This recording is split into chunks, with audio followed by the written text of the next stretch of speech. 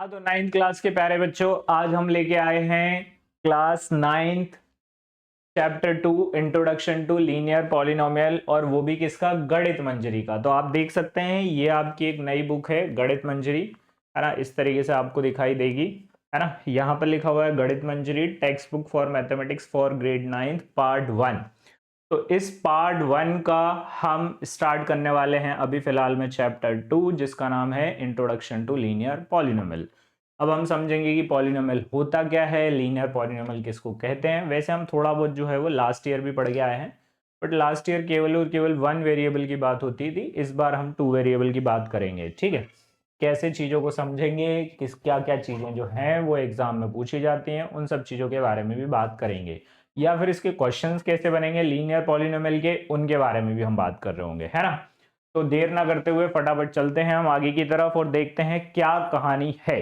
ठीक है, आज हम करने वाले हैं एक्सरसाइज 2.1 एंड 2.2। ठीक है, तो बने रहिए और देखना स्टार्ट करते हैं। चलो भाई, सबसे पहले कहानी है कि भाई पॉलिनोमियल बोले किसको, है ना। तो पॉलिनोमियल के लिए यदि किसी नंबर या फिर किसी के पास यदि x है, क्या है भाई, x भी है, तो हम उसको पॉलिनोमियल बोल सकते हैं। किसी के पास यदि x है तो भी वो क्या है, पॉलिनोमियल है। ठीक है, यदि किसी के पास केवल 2 है तो क्या सर इसको भी पॉलिनोमियल बोलेंगे? Yes, it is a constant polynomial, it is a constant polynomial. ठीक है, तो इस तरीके से कहानी बनती है हमारी किसकी, पॉलिनोमियल की। अब इसमें कुछ कहानियां हैं जिसमें हम बात करते हैं कि पॉलिनोमियल में क्या क्या चीजें होती हैं। ठीक है, यदि मान के चलो यहाँ पर लिखा हुआ है 2x+5, है ना, इक्वल में क्या, 0, तो ये एक पॉलिनोमियल है, ये लीनियर पॉलिनोमियल है। बट इसके लिए कहानी बनती है कि भाई ये जो +5 है ये क्या है, और ये x क्या है, और ये 2 क्या है। तो x तो हमारा क्या हो गया, वेरिएबल, और 5 को बोलेंगे यहां पर कांस्टेंट टर्म। 5 को किस नाम से जानेंगे बेटा, कांस्टेंट टर्म के नाम से जानेंगे। और मैं बात करूंगी x का कोफिशिएंट कौन है, तो x का कोफिशिएंट है सर 2। इसको बोला जाता है क्या, कोफिशिएंट, है ना। ये ध्यान रखना, आगे हमें काम आएगा, है ना, कोफिशिएंट। अब इसमें से कुछ कहानियां जो हैं वो अभी फिलहाल में हम पढ़ेंगे। उसमें से कुछ कहानी जो है वो क्या बोलती हैं, सबसे पहले हमें याद रखना है एक क्यूबिक पॉलिनोमियल। याद रखना है सर, क्यूबिक पॉलिनोमियल। एक क्यूबिक पॉलिनोमियल होता क्या है, तो एक क्यूबिक पॉलिनोमियल कहेंगे उसको, पॉलिनोमियल जिसके पास x की पावर 3 हो। जैसे कोई नंबर है या फिर कोई पॉलिनोमियल है x³ + 4x² + 5x + 7। ठीक है, तो इसकी हाईएस्ट पावर कितनी है सर, इसकी हाईएस्ट पावर है 3। और यदि जिसकी हाईएस्ट पावर 3 है उसको बोलेंगे पॉलिनोमियल, क्यूबिक पॉलिनोमियल। पर इसमें एक और कहानी चलती है कि सर उसको भी पॉलिनोमियल नहीं कह सकते हैं जिसकी पावर में 1/2 आ जाए, पावर माइनस में आ जाए, या फिर डिवाइड में आ जाए, या फिर कुछ ऐसी कुछ कहानी बने। सीधी बात है, हमेशा क्या होना चाहिए, एक नेचुरल नंबर। क्या होना चाहिए, एक नेचुरल नंबर। जब तक पावर में नेचुरल नंबर नहीं है किसके, वेरिएबल के, तब तक हम उसको किस नाम से नहीं जान सकते हैं, तब तक हम उसे नहीं जान सकते हैं पॉलिनोमियल के नाम से। तो सर हमने क्यूबिक पॉलिनोमियल की बात करी, उसके बाद हम बात करेंगे क्वाड्रेटिक पॉलिनोमियल की। किसके बारे में बात करेंगे, क्वाड्रेटिक पॉलिनोमियल। क्वाड्रेटिक पॉलिनोमियल किसे कहेंगे, तो सर क्वाड्रेटिक पॉलिनोमियल कहेंगे जिसकी पावर 2, x² + 5x + 2 इक्वल में क्या, 0। तो भाई इसको बोलेंगे हम क्या, क्वाड्रेटिक पॉलिनोमियल। क्यों कह रहे हैं क्वाड्रेटिक पॉलिनोमियल, क्योंकि इसकी पावर कितनी है, 2। एक लीनियर भी होता है जिसके बारे में अभी हम फिलहाल में पढ़ने वाले हैं। लीनियर पॉलिनोमियल का मतलब है पावर होना चाहिए कितनी, लीनियर पॉलिनोमियल में पावर होना चाहिए कितनी, केवल और केवल x। जैसे x की पावर 1 तो x + 5, ये क्या है हमारा, लीनियर पॉलिनोमियल। क्या है भाई, लीनियर पॉलिनोमियल। ठीक है भाई, क्या नाम देंगे इसे, लीनियर पॉलिनोमियल। ठीक है, और आगे की कहानी समझते हैं कि क्या होता है लीनियर पॉलिनोमियल के अलावा कौन कौन सी चीजें होती हैं। मान के चलो अभी हमने बात कर ली कांस्टेंट टर्म की, कोफिशिएंट की। इसमें एक पावर, जैसे जो हाईएस्ट पावर होती है, इसे एक और नाम से जानते हैं, इसे बोलते हैं डिग्री। क्या बोलते हैं, डिग्री। ठीक है, ये भी हमें याद रखना है कि डिग्री क्या होती है ना। तो हाईएस्ट पावर जो होती है उसी को हम किस नाम से जानते हैं बेटा, डिग्री के नाम से। जो हाईएस्ट पावर है उसी को क्या बोलना है, हमें डिग्री बोलना है। ठीक है भाई, आगे चलते हैं। ठीक है, चलो पहला क्वेश्चन सॉल्व करना स्टार्ट करते हैं। Find the degree of the polynomial. Degree of the polynomial में चलते हैं कि हाईएस्ट डिग्री, हाईएस्ट पावर कितनी है। मैंने आपको बताया था कि जो हाईएस्ट पावर होती है वही क्या होती है, डिग्री होती है। हाईएस्ट पावर है वही क्या है, डिग्री है। ठीक है भाई, चलो हाईएस्ट पावर सर यहाँ पे 2 है तो इसकी डिग्री कितनी हो गई 2। इस पर पावर कितनी है सर, हाईएस्ट पावर 3 है तो डिग्री कितनी 3। सर यहाँ पर कुछ भी नहीं है तो हम लिख सकते हैं -9 x की पावर क्या 0, तो इसकी डिग्री क्या हो जाएगी सर 0 इस पॉलिनोमियल की। अच्छा इसकी z की पावर कितनी है 1, कुछ भी नहीं है तो पावर 1, इसका मतलब इसकी जो डिग्री हो गई वो कितनी हो गई 1 हो गई, है ना। Right the polynomial of degree 1, 2 and 3। ठीक है तो अपन इसका एक क्वेश्चन लिख लेते हैं। सबसे पहले कितना डिग्री 1 लिखना है ना। डिग्री 1 के लिए हम ले सकते हैं x+4, है ना। डिग्री 2 के लिए क्या ले लें सर, डिग्री 2 के लिए ले लो x² + 5x + 1 इक्वल में क्या 0, तो सर ये डिग्री 2 हो गई। एक और ले लो डिग्री 3 के लिए, तो x³ + 11x + 5 और इक्वल में क्या 0, तो ये हमारी डिग्री हो गई किसके लिए भाई 3 के लिए, है ना। What is the coefficient of x² and x³। अब देखो हम बात करते हैं कि हमें कोफिशिएंट लिखना है x² का और x³ का और दिए गए पॉलिनोमियल में। तो भाई साहब बोलो कोफिशिएंट ऑफ x² क्या होगा, तो सर यहाँ पर कोफिशिएंट ऑफ x² मतलब x² के मल्टीप्लाई में कितना है, तो x² के मल्टीप्लाई में है 6। दैट मींस x² का जो कोफिशिएंट बनेगा वो कितना हो जाएगा भाई 6 हो जाएगा। कितना लिख लेंगे हम 6। और आगे चलते हैं और आगे, ठीक है तो और आगे देख रहे हैं हमें किसका कोफिशिएंट पता करना है बेटा x³ का। तो सर x³ के मल्टीप्लाई में कितना है, तो x³ के मल्टीप्लाई में कितना दिखाई दे रहा है -3। इसका मतलब है कि x³ का जो कोफिशिएंट है वो बनेगा -3। और आगे चलते हैं ना। What is the coefficient of z over here, is there anywhere z is looking you, मतलब बताओ भाई यहाँ पर कहीं पे भी z दिखाई दे रहा है क्या। ठीक है किसका कोफिशिएंट पता करना है z का, तो सर z³ है z² है 11 है, कहीं z नहीं है। दैट मींस z नहीं है तो उसका कोफिशिएंट कितना रहा होगा 0। इसका मतलब यह है कि coefficient of z will be 0। ठीक है ये ध्यान रखना है, यदि z नहीं दिखाई दे रहा है दैट मींस उसका कोफिशिएंट कितना होगा 0 होगा। What is the constant term of the polynomial, that means हमें बताना है कि इस पॉलिनोमियल में कांस्टेंट टर्म कितनी है। तो जिसके साथ कोई नंबर है, सॉरी जिसके साथ कोई वेरिएबल है तो वो तो कांस्टेंट टर्म नहीं हो सकती। दैट मींस जिसके पास नंबर्स सॉरी x या y नहीं है उसको हम क्या कहेंगे कांस्टेंट टर्म। सर इस पूरे नंबर में एक ही पॉलिनोमियल में एक ही दिख रहा है जिसके पास कांस्टेंट टर्म x नहीं है, वो कौन है -10। दैट मींस कांस्टेंट टर्म कौन हो जाएगी आपकी -10 हो जाएगी। ठीक है तो इस तरीके से हमारी जो एक्सरसाइज 2.1 का फर्स्ट क्वेश्चन जो है वो फर्स्ट सेकंड थर्ड फोर्थ 5 जो है वो कंप्लीट होते हैं, है ना। आगे चलते हैं, अब आते हैं भैया किस पे, एक्सरसाइज 2.2 पे। हमारे पास एक पॉलिनोमियल है, उस पॉलिनोमियल का नाम है कितना 5x - 3। दैट मींस इस पॉलिनोमियल को मैं नाम दे देता हूं px, तो px मिल गया मुझे कितना 5x - 3। अब आगे पूछा इसकी वैल्यू बताओ, x = 1 पे, x = -1 पे और किस पे x = 2 पे, है ना। तो धीरे धीरे करना स्टार्ट करते हैं हम। सबसे पहले कितना पुट करना है, पुट x = 0। कितना पुट करना है x = 0। दैट मींस x की प्लेस पर आएगा 0, तो इधर 5 के मल्टीप्लाई में भी क्या लिखेंगे हम 0, माइनस में क्या होगा 3।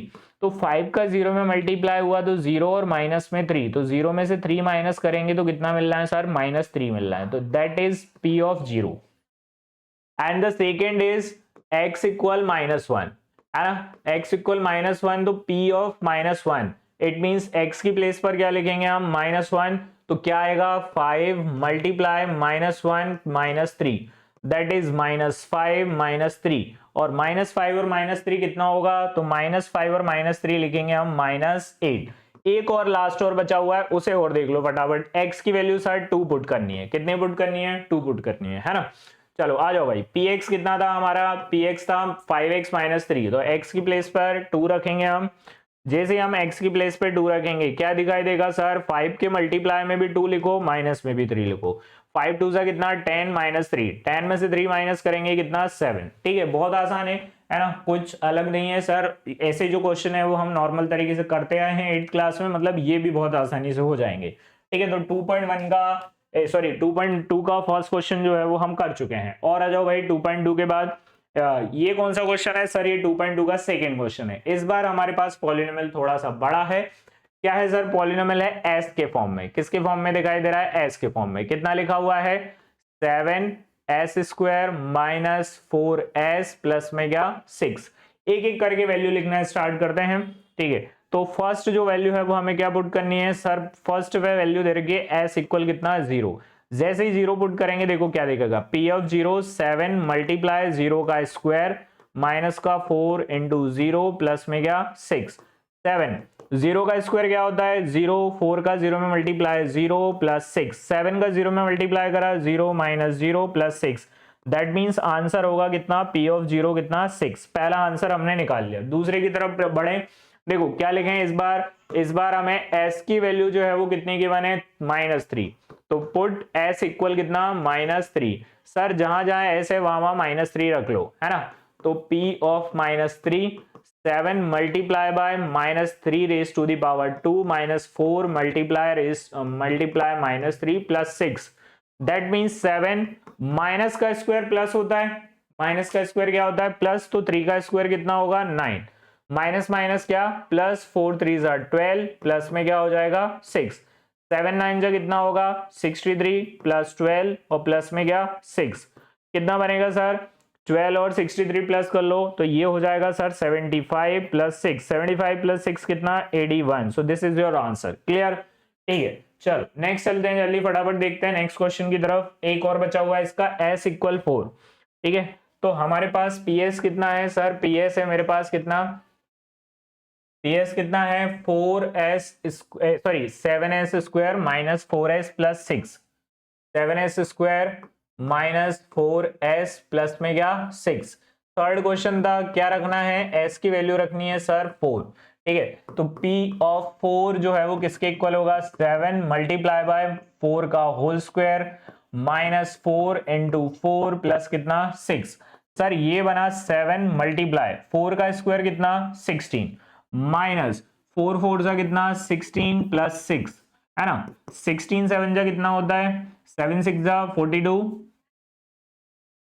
7 6 जा 42 कैरी 1, 7 1 जा 7 और 4 कितना 11, 112 माइनस 16 में से 6 माइनस करो तो 10। सर आंसर बनेगा कितना 102। कितना आ जाएगा आंसर 102, ठीक है। तो इस तरीके से ये वाला क्वेश्चन भी कंप्लीट होता है। और आगे चलते हैं, अब थोड़ा सा मजा आने वाला है, मतलब यहां से आपको मिलेंगी वर्ड प्रॉब्लम।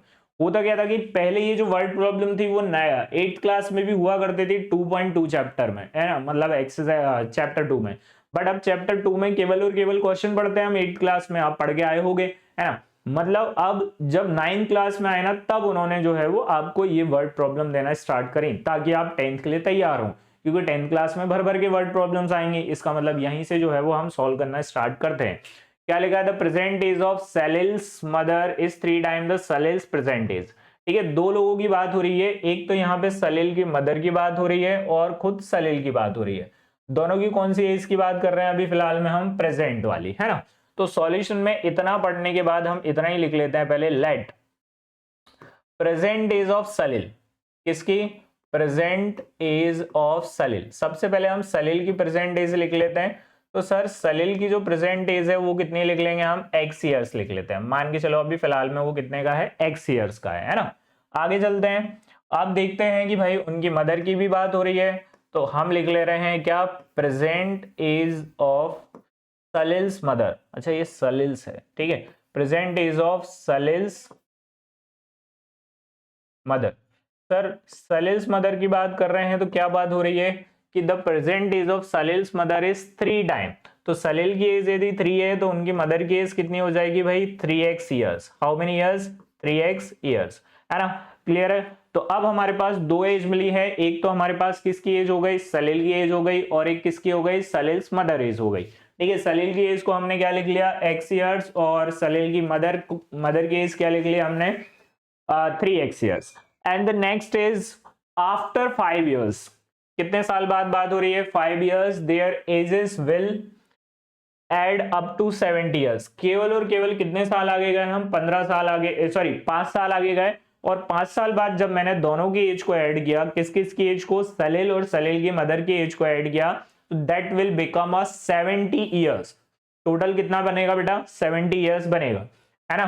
तो आगे चलते हैं, according to the question, according to the question क्या मिला सर मुझे, अकॉर्डिंग टू द क्वेश्चन में मिला कि सर सलील की एज x है तो उसमें भी 5 प्लस करो, और जो मदर की एज है वो कितनी है सर 3x, कितनी है 3x, तो 3x में भी कितना ऐड करो 5, और दोनों को ऐड करने पर मुझे कितना मिलेगा 70। यदि ये बनाते आ गया मतलब आपने पूरा क्वेश्चन सॉल्व कर लिया है। ठीक है, यदि इतनी चीज यदि आपको समझ में आ रही है मतलब हम सारे के सारे क्वेश्चन इसी पैटर्न पे जो है वो सॉल्व कर रहे होंगे। दैट मीन्स x प्लस 5, ठीक है, और इसका यहां पर लिखा हुआ है कितना 3x प्लस 5 और इक्वल में कितना 70। 3x और x बनता है सर 4x, और 5 प्लस 5 कितना हो जाएगा 10 हो जाएगा, इक्वल में कितना बनेगा 70। प्लस 10 को इधर ले आओ, जब प्लस 10 राइट में आएगा तो क्या बनेगा माइनस 10, तो 4x जो है वो किसके इक्वल बनेगा 70 माइनस 10, तो 4x जो है वो किसके इक्वल मिलेगा 4x मिलेगा हमें 70 माइनस 10 दैट मीन्स 60, और जो मल्टीप्लाई में है वो कहां जाता है सर डिवाइड में, तो x इक्वल कितना 60 डिवाइडेड बाय 4, और 60 को जब मैंने 4 से डिवाइड किया सो ये बनेगा कितना 15। दैट मीन्स सलील की जो एज है वो कितनी है अभी फिलहाल में 15 years. How many years 15 years. Clear है, ये बनेगा हमारा आंसर। एक बार और देख लो भाई सही कर रहे हैं क्या अपन। The present age of Salil mother is 3 time the present age of Salil's mother is 3 times Salil's present age. ठीक है, तो सलील की प्रेजेंट एज x है तो मदर की कितनी हो जाएगी 3 टाइम्स, दैट मीन्स 3x। फिर बात कर रहे हैं कि 5 ईयर्स आफ्टर 5 ईयर्स, 5 साल बाद उनकी एज जो है वो कितनी हो जाएगी 70 years. That means x plus 5 3x plus 5 equal 70, 3x plus x 4x, 5 plus 5 10, plus 10 go in the right side and it will become minus 10, तो 4x equals 60 and 60 when we will divide 60 by 4 so it become 15। okay, then हम लिख सकते हैं hence present age of सलील। किसकी present as की बात कर रहे हैं बेटा सलील की, तो प्रेजेंट एज ऑफ सलील कितना मिल गया, सलील की प्रेजेंट एज हो गई सर कितनी 15 years. How many years 15 years. Next present age of Salil mothers, present age of Salil's mother, present age of Salil's mother, तो सर सलील की मदर की एज कितनी हो जाएगी, तो हम देख रहे हैं कि सर यहां पर लिखा हुआ है हमने कितना 3x, that means 3 into X की value 15 so it will be 45 years. How many years 45 years. ठीक है, दैट मीन्स मदर की एज कितनी है 45 ईयर्स। कर पा रहे हैं क्वेश्चन, बहुत इजी है, बहुत आसानी तरीके से सॉल्व हो रहे होंगे, है ना। फटाफट आगे चलते हैं और देखते हैं क्वेश्चन, है ना। क्या है इस बार क्वेश्चन में, the difference between two positive integer is 63, the ratio of two integers is 2:5, find the two integers. देखो भाई दो पॉजिटिव इंटीजर हैं जिनका डिफरेंस 63 है। हाउ मेनी डिफरेंस 63 है, the difference between two positive integer that is 63, the ratio of their the ratio of the two integer is 2:5, then find the two integers। ठीक है, according to the question चलते हैं अपन, solution करना start करते हैं। तो let the two positive integer, कौन कौन से भाई positive integer be x and y, क्या ले लिया मैंने x और y।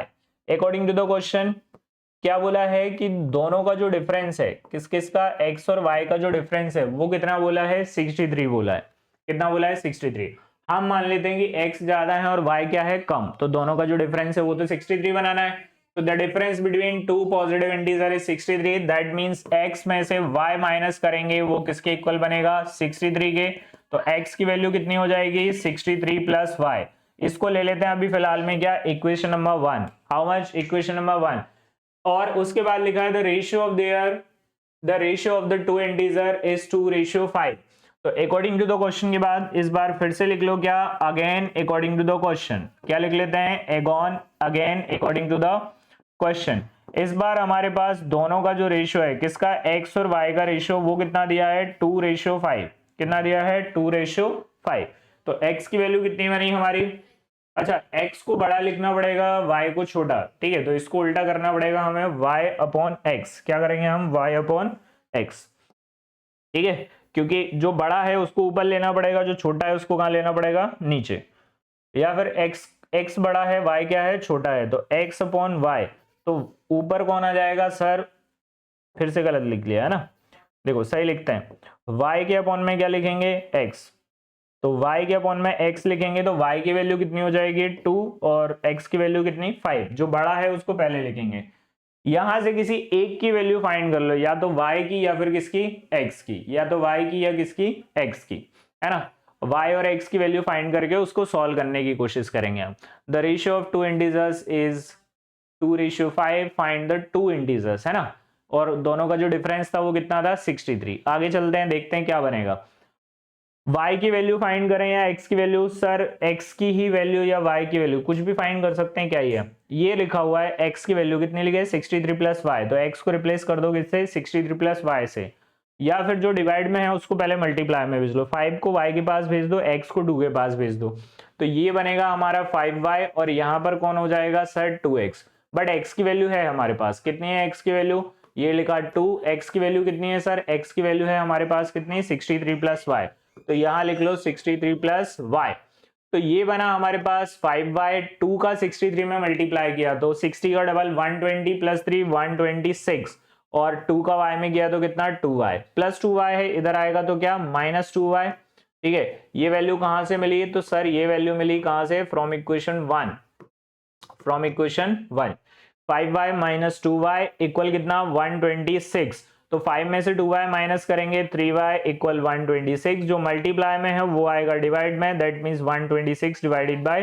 3, तो 126 को 3 से डिवाइड करेंगे तो क्या मिलेगा 3 1 जा 3, 3 2 जा सॉरी 3 4 जा 12 और 3 2 जा 6, इट मींस y की वैल्यू हो गई 42, and the next is y की वैल्यू पुट कर लो किसमें इक्वेशन नंबर 1 में, है ना, तो put y equal 42 in equation 1, in equation 1, तो सर फर्स्ट इक्वेशन कितनी है हमारी x इक्वल 63 और y को रिप्लेस कर दो 42 से, तो दोनों को प्लस करने पर कितना आ जाएगा सर, ये बन जाएगा 105। ठीक है, तो उनको प्लस करने पे सॉरी दोनों का जो डिफरेंस है वो कितना बन जाएगा यहाँ से 63, ये भी हम निकाल के देख सकते हैं। Hence two positive integers are 105 and 42, hence two positive integer, two positive integers, two positive integers are 105 and 42, how many 105 and 42, ठीक है 105 एंड 42, ये हमारा आंसर यहाँ पे खत्म होता है। ठीक है, आगे चलते हैं, देखते हैं एक और क्वेश्चन है, Ruby has 3 times as many 2 rupees coins as she has 5 rupee coins, तो रूबी नाम की एक लड़की है, उसके पास दो तरीके के कॉइन है, एक तो 2 रुपए के कॉइन है और एक किसके 5 रुपए के कॉइन है। ठीक है, बट दोनों में कुछ डिफरेंस है, Ruby has 3 times as many 2 rupee coins as she has 5 rupee coins, तो ठीक है चलो चलते हैं, कुछ मत करते हैं, सबसे पहले 5 रुपी कॉइन को लिख लेते हैं और इधर कितना 2 रुपी कॉइन्स को लिख लेते हैं, है ना, तो लेट सॉल्यूशन में सबसे पहले मैंने लिखा let number of 5 rupee coin, how much, number of 5 rupee coin, तो सर 5 रुपी कॉइन कितने हो जाएंगे, तो नंबर ऑफ 5 रुपी कॉइन्स ले लेते हैं कितने x, और आगे चलते हैं नंबर ऑफ 2 रुपी कॉइन्स, कितना भैया 2 रुपी कॉइन्स, तो 2 रुपए के कितने कॉइन्स हो जाएंगे, तो 2 रुपए के ले लेते हैं y, according to the question सबसे फर्स्ट क्या बोला है कि सर उसके पास जो कितने रुपए के कॉइन है, Ruby has 3 times as many 2 rupee coins as 5 rupee coins, मतलब जितने उसके पास कितने 5 रुपए के कॉइन्स हैं उससे 3 गुना ज्यादा कितने के हैं 2 रुपए के कॉइन है। ठीक है, 5 रुपए के कॉइन जितने ज्यादा हैं उससे 3 गुना ज्यादा क्या है 2 रुपए के कॉइन है, दैट मीन्स हम मान लेते हैं कि 5 रुपए के एक्स कॉइन्स हैं, तो 2 रुपए के कितने हो जाएंगे भाई 2 रुपए को हो जाए सॉरी हाँ भाई x की वैल्यू कितनी हो जाएगी 3y, मतलब 3 टाइम्स कर देंगे। और अब बात हो रही है कि if she has a total 88 rupees, how many, she has total 88 rupees, तो how many coins does she have of each types, है ना।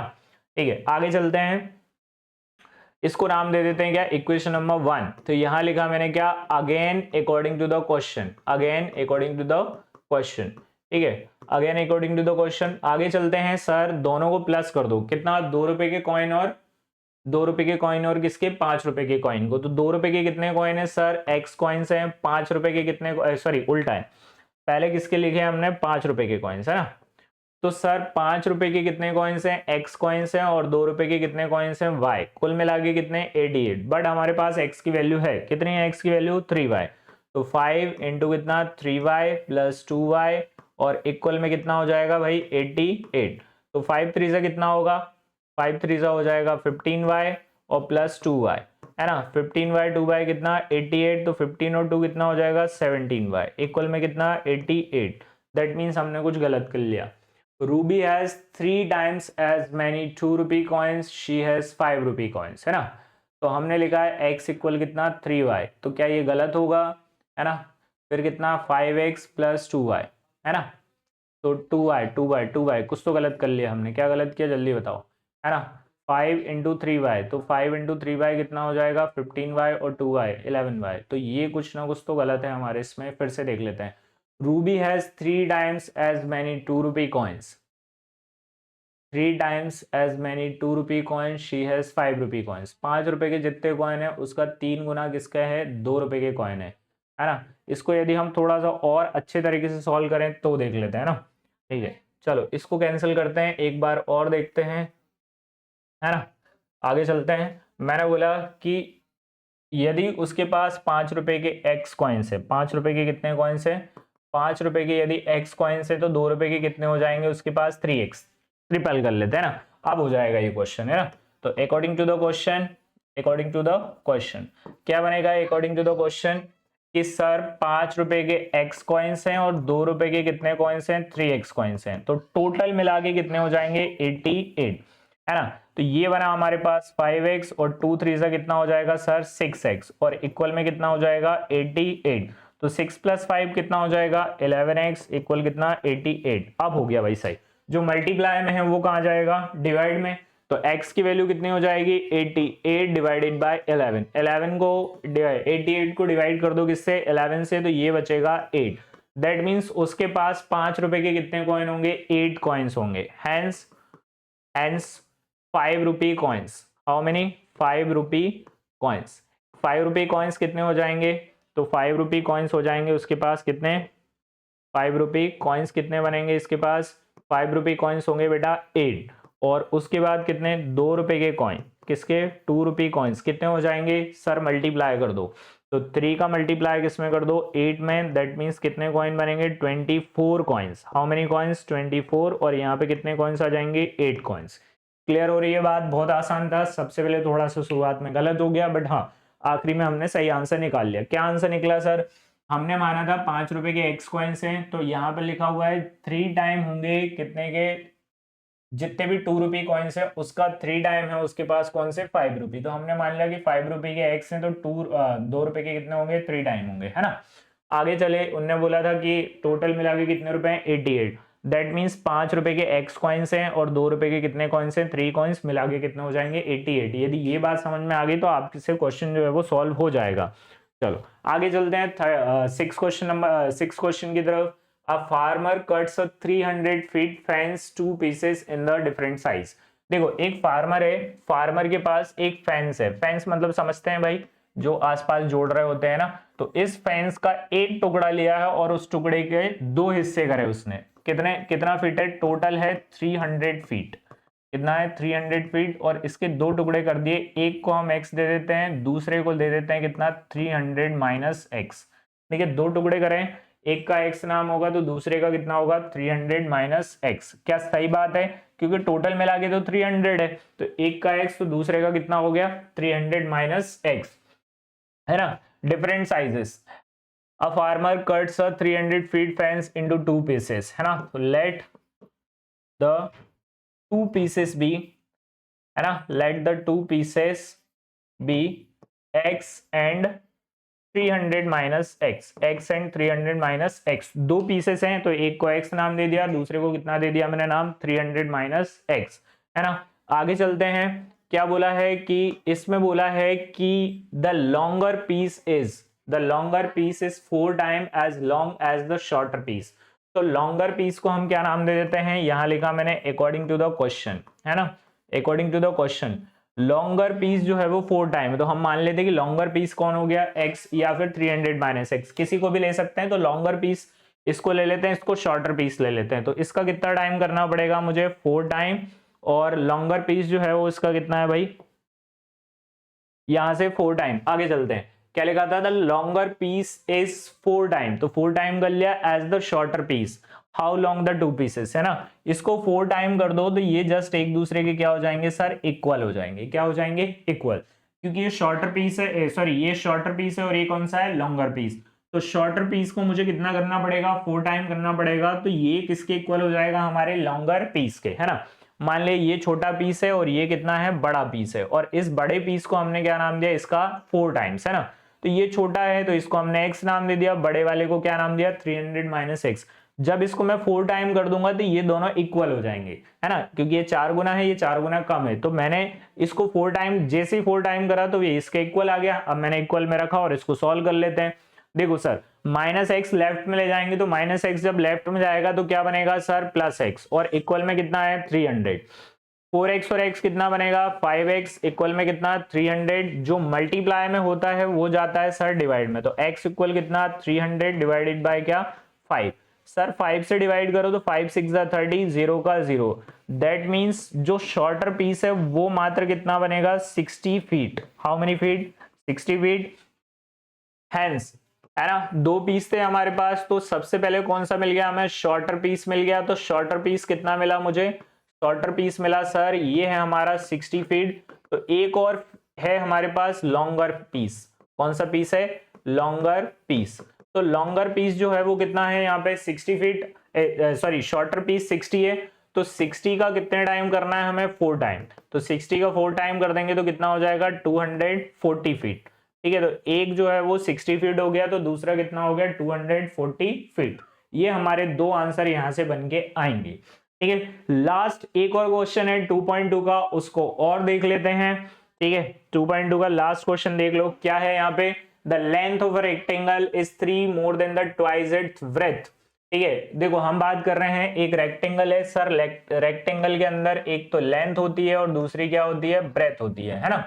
ठीक है, तो बात ये हो रही है कि the length of a rectangle is 3 more than twice, तो 3 मोर है और वो भी क्या है, twice it width, and its perimeter is 24 centimetre. How many centimetre, 24 centimetre. So what are the dimension of the rectangle. ठीक है, तो यहां पर सॉल्यूशन लिखा और फटाफट देखते हैं क्या बनेगा। तो यहां पर मान लेते हैं कि ये हमारा एक लेंथ है और ये क्या है, ब्रेथ है। तो हमने सबसे पहले ब्रेथ को कितना लिया, x लिया, ब्रेथ को कितना लिया, x। तो लेट ब्रेथ ऑफ रेक्टेंगल, क्या लिखा मैंने, ब्रेथ ऑफ रेक्टेंगल। तो रेक्टेंगल की बात हो रही है तो ब्रेथ ऑफ रेक्टेंगल लिख लिया मैंने, कितनी, x centimetre. How many centimetre, x centimetre. Breadth यदि x सेंटीमीटर है तो अब हम बात करेंगे लेंथ ऑफ रेक्टेंगल की। किसकी बात कर रहे हैं, लेंथ ऑफ रेक्टेंगल। तो लेंथ ऑफ रेक्टेंगल में बोला था कि सर सबसे पहले 3 मोर करना है और वो भी किसका, ट्वाइस ऑफ ब्रेथ। तो सर ब्रेथ हमारी x है तो उसका पहले ट्वाइस करो और उसमें 3 मोर करो, दैट मींस जो लेंथ बनेगी वो कितनी बनेगी, 2x प्लस 3 सेंटीमीटर, है ना। तो ये मिल गई हमें लेंथ 2x प्लस 3 सेंटीमीटर। एक तो x सेंटीमीटर हो गया और एक क्या हो गया, 2x प्लस 3 सेंटीमीटर, दोनों मिल गए। अब जो बोला है वो करना स्टार्ट करते हैं। इट्स पैरामीटर इज 24 सेंटीमीटर, है ना। पैरामीटर ऑफ रेक्टेंगल कितना गिवन है, 24 सेंटीमीटर, है ना। तो हमने लिखा अकॉर्डिंग टू द क्वेश्चन, ठीक है, पैरामीटर ऑफ रेक्टेंगल। ठीक है, तो पैरामीटर कितना हो गया इसका, perimeter of rectangle, parameter of rectangle. Sir parameter of rectangle given है मुझे 24 सेंटीमीटर। ठीक है, 24 ही है ना, हाँ। चलो, पैरामीटर ऑफ रेक्टेंगल का फॉर्मूला होता है 2 bracket length plus breadth equal 24, यही होता है फॉर्मूला। हाँ सर, 2 ब्रैकेट में लेंथ प्लस ब्रेथ, जो मल्टीप्लाई में है वो कहां जाएगा, तो मल्टीप्लाई वाला हमेशा कहां जाएगा, डिवाइड में। तो यहां से लेंथ प्लस ब्रेथ आ जाएगा किसके, 24 डिवाइडेड बाई 2 के। तो यहां से लेंथ प्लस ब्रेथ, 24 को 2 से डिवाइड करेंगे तो कितना मिलेगा, 12 मिलेगा। अब हम वैल्यू रखते हैं लेंथ की और ब्रेथ की। सर ये हमारी लेंथ थी तो लेंथ कितनी है, 2x प्लस 3, और ब्रेथ कितनी है, x। तो लेंथ को रिप्लेस कर दो किससे, 2x प्लस 3 से, और ब्रेथ को रिप्लेस कर दो किससे, x से। इक्वल में कितना, 12। है ना। 2x और x कितना बनेगा 3x प्लस 3 इक्वल में 12, प्लस 3 को राइट में ले जाओ, जब प्लस 3 राइट में जाएगा तो 12 माइनस क्या बनेगा 3, ये 3x और ये 12 में से 3 माइनस किया, 12 में से 3 माइनस होगा तो कितना बचेगा सर 9, जो मल्टीप्लाई में है वो कहां जाएगा डिवाइड में, तो 9 डिवाइडेड बाय क्या 3, 9 3 1 जा 3, 3 3 जा 9, दैट मींस x की वैल्यू आ जाएगी कितनी 3 सेंटीमीटर। ब्रेथ तो मिल गई, ब्रेथ कितनी मिल गई 3 सेंटीमीटर। अब लेंथ तो निकाल लेते हैं, तो हमने लिखा हैंस ब्रेथ ऑफ रेक्टेंगल, तो ब्रेथ लिख लेते हैं सबसे पहले, ब्रेथ पता चल गई मुझे, ब्रेथ मिली सर 3 सेंटीमीटर। अब क्या निकाल लेते हैं लेंथ, है ना। तो लेंथ निकालने के लिए क्या करना पड़ेगा मुझे 3 more than twice of breadth, तो 3 मोर करेंगे और ट्वाइस ऑफ ब्रेथ करेंगे, तो ब्रेथ कितनी है सर 3 है ना। तो 2 3 जा 6 प्लस 3, तो 6 प्लस 3 कितना हो जाएगा सर 6 प्लस 3 हो जाएगा 9 सेंटीमीटर। तो इस तरीके से हमारी जो एक्सरसाइज 2.1 और 2.2 जो है वो खत्म होती है। आप देख रहे होंगे बहुत आसान है सवाल, बस थोड़े से कॉम्प्लिकेटेड है, ठीक है। तो इसी तरीके से और आगे जो एक्सरसाइजेस हैं उनको देखने के लिए हमारे साथ जुड़े रहिए। जैसे हमने मजेदार तरीके से 2.1 और 2.2 खत्म करी है, वैसे ही आगे भी करेंगे और भी बहुत सारी चीजें जो है वो एग्जांपल्स जो है वो लेके आएंगे। इसका मतलब यदि आप चाहते हैं कि मैं ऐसी जो वीडियो बनाते रहूं और आगे जो चैप्टर जो आपकी क्लास 9 का गणित मंजरी का पार्ट 1 है उसके और वीडियो आते रहें, तो लाइक शेयर एंड सब्सक्राइब और हमारे जो चैनल है उसको अपने दोस्तों के साथ जितना हो सके उतना शेयर करने की कोशिश करें, ताकि हम जो है वो मोटिवेशन मिला रहे और हम और भी ऐसे छोटे छोटे जो वीडियोस हैं वो आपके लिए अपलोड करते रहे। अभी आया है 2.1 और 2.2, दैट मींस इसमें एक्सरसाइज है 2.6 तक, तो आगे की एक्सरसाइज के जो वीडियोस हैं वो भी आते रहेंगे, ठीक है। तो ऐसे ही हमारे साथ बने रहिए, मुस्कुराते रहिए और फिर मिलेंगे नेक्स्ट चैप्टर में।